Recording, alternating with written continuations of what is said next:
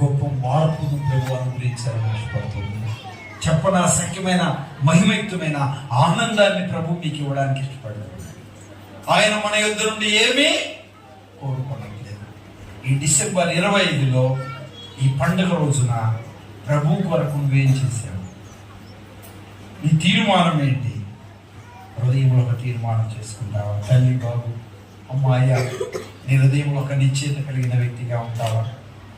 దేవా, నువ్వు పుట్టుట వలన అన్యజనులకు వెలుగు వచ్చిందయ్యా, నీ ప్రజలైన ఇశ్రాయేలులకు మహిమ కలిగిందయ్యా, నువ్వు సకల ప్రజలకు రక్షణను సిద్ధపరిచావయ్యా.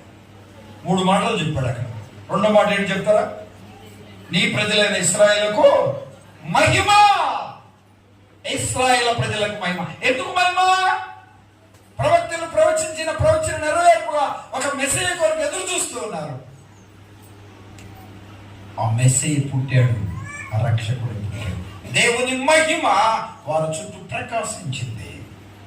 ఇశ్రాయేలు ప్రజలు ఎదురు చూసినట్టు, కనిపెట్టినట్టు వారు రక్షకుడు పుట్టాడు, వారికి రక్షణ కలిగింది. అది మహిమ. పిల్లలు గమనించారు. 3వ మాట ఏమన్నాడు?